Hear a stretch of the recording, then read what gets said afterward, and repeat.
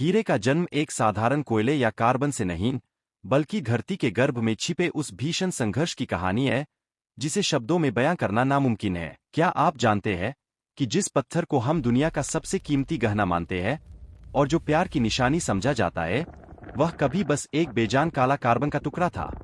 एक ऐसा टुकड़ा जिसने अरबों सालों तक धरती के सीने में उस भीषण गर्मी और प्रचंड दबाव को झेला है, जो किसी भी धातु को पल भर में भाप बना सकती है। आज हम उस सफर पर चलेंगे जहां एक मामूली पत्थर अमर बन जाता है। चलिए गहराई से देखते हैं एक हीरे के बनने की पूरी दास्तान। हीरे किसी आधुनिक लैब या फैक्ट्री में रातों रात पैदा नहीं होते। इनका असली जन्म होता है धरती की सतह से लगभग 150 से 200 किलोमीटर नीचे, जिसे वैज्ञानिक भाषा में मेंटल कहा जाता है। कल्पना कीजिए एक ऐसी जगह की जहां तापमान 1200 डिग्री सेल्सियस से भी ऊपर रहता है और दबाव इतना भयानक होता है कि जैसे आपकी एक उंगली की नोक पर पूरा एक एफिल टावर खड़ा कर दिया जाए। इसी नरक जैसी गर्मी और दबाव के बीच कार्बन के परमाणु एक दूसरे के साथ इस तरह मजबूती से जुड़ते हैं कि वे दुनिया का सबसे कठोर पदार्थ बन जाते हैं। इसी अटूट बंधन को हम डायमंड कहते हैं। लेकिन सवाल यह है कि अगर हीरे इतनी गहराई में बनते हैं तो वे हमारे हाथों तक कैसे पहुंचते हैं? इसका जवाब छिपा है धरती के भयंकर ज्वालामुखी विस्फोटों में। करोड़ों साल पहले जब धरती के भीतर उथल-पुथल मची थी, तब मैग्मा के साथ ये हीरे किम्बरलाइट पाइप्स नामक प्राकृतिक रास्तों से गोली की रफ्तार से सतह की ओर आए। अगर यह सफर थोड़ा भी धीमा होता, तो ये हीरे वापस ग्रेफाइट या कोयले में बदल जाते। आज हम जो हीरे खदानों में पाते हैं, वे दरअसल कुदरत के उसी प्राचीन विस्फोट का अवशेष हैं। हीरों को बाहर निकालना दुनिया के सबसे खर्चीले और जोखिम भरे कामों में से एक है। खदान से निकलने वाला हीरा शुरुआत में वैसा बिल्कुल नहीं दिखता जैसा आप दुकानों पर देखते हैं। वह एक मटमैले साधारण पत्थर जैसा दिखता है, जिसे रफ डायमंड कहा जाता है। इसे असली चमक और रूप देने की जिम्मेदारी होती है कुशल कारीगरों और हाईटेक मशीनों की। फैक्ट्री में पहुंचते ही सबसे पहले इसकी प्लानिंग होती है।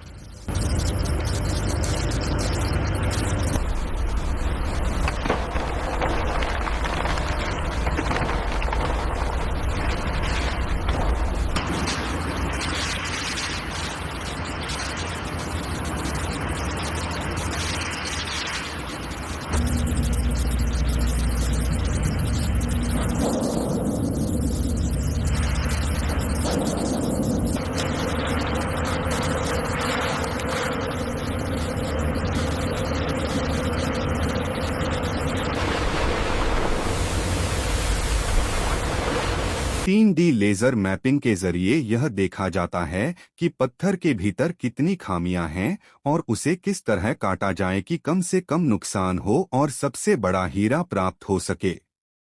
इसके बाद शुरू होता है कटिंग का काम।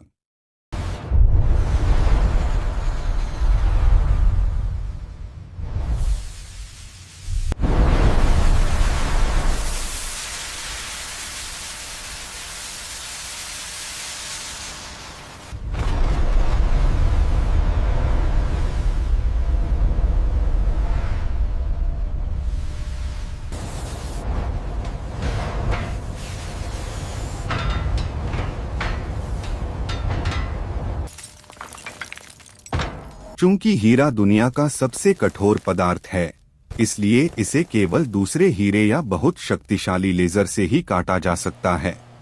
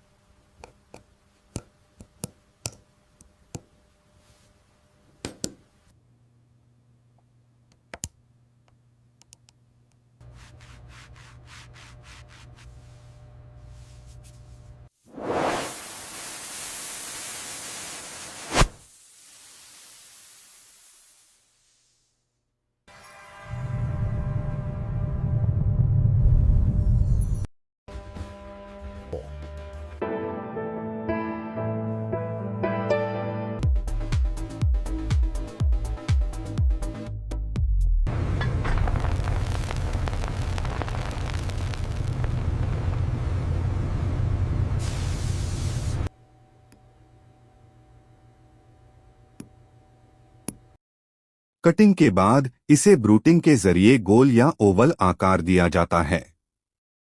और अंत में आता है सबसे जादुई हिस्सा, पॉलिशिंग। एक लोहे के घूमते हुए पहिए पर, जिस पर हीरे का ही बुरादा लगा होता है, इस पत्थर को घंटों रगड़ा जाता है। इसी प्रक्रिया के दौरान हीरे के पहल यानी फैसेट्स बनाए जाते हैं। एक आदर्श हीरे में 57 या 58 फैसेट्स होते हैं, जो रोशनी को इस तरह मोड़ते हैं कि वह पत्थर के अंदर नाचने लगती है और हमें वह मशहूर चमक दिखाई देती है। हीरों की दुनिया में अक्सर दो किस्मों की चर्चा सबसे ज्यादा होती है, साधारण सफेद हीरा और रहस्यमयी लाल हीरा। सफेद हीरा, जो शुद्ध कार्बन का रूप है, दुनिया भर में ज्वेलरी के लिए सबसे ज्यादा इस्तेमाल होता है। लेकिन अगर हम लाल हीरे की बात करें तो वह कुदरत का एक अनसुलझा चमत्कार है। पूरी दुनिया में अब तक केवल 20 से 30 असली लाल हीरे ही खोजे जा सके हैं। इनका लाल रंग किसी बाहरी मिलावट या केमिकल की वजह से नहीं होता। वैज्ञानिकों का मानना है कि जब ये हीरे बन रहे थे, तब धरती के असामान्य दबाव ने इनके परमाणुओं के ढांचे को थोड़ा सा खिसका दिया, जिससे इनका रंग बदलकर गहरा लाल हो गया। यह दुर्लभता ही इनकी कीमत तय करती है। जहां एक बेहतरीन सफेद हीरा लाखों में आता है, वहीं महज 1 कैरेट का लाल हीरा किसी नीलामी में 8 करोड़ रुपए से भी ज्यादा की कीमत पर बिकता है।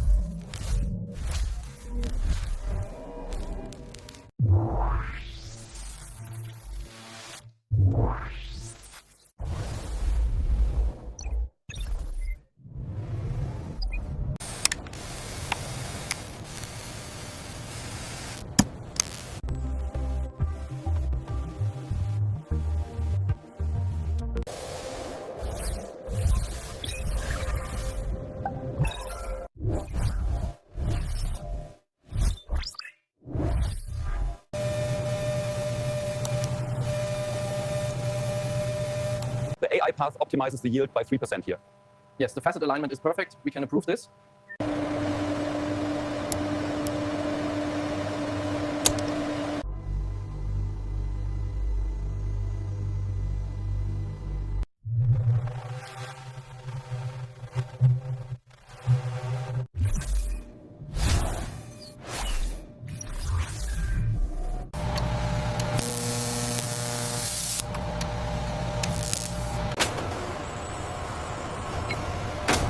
लाइक और सब्सक्राइब वीडियो का अंत।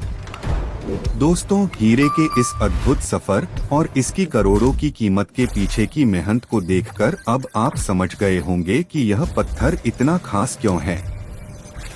अगर आपको यह जानकारी पसंद आई और आप ऐसी ही और भी बेहतरीन हाउ इट्स मेड डॉक्यूमेंट्री देखना चाहते हैं, तो इस वीडियो को लाइक जरूर करें।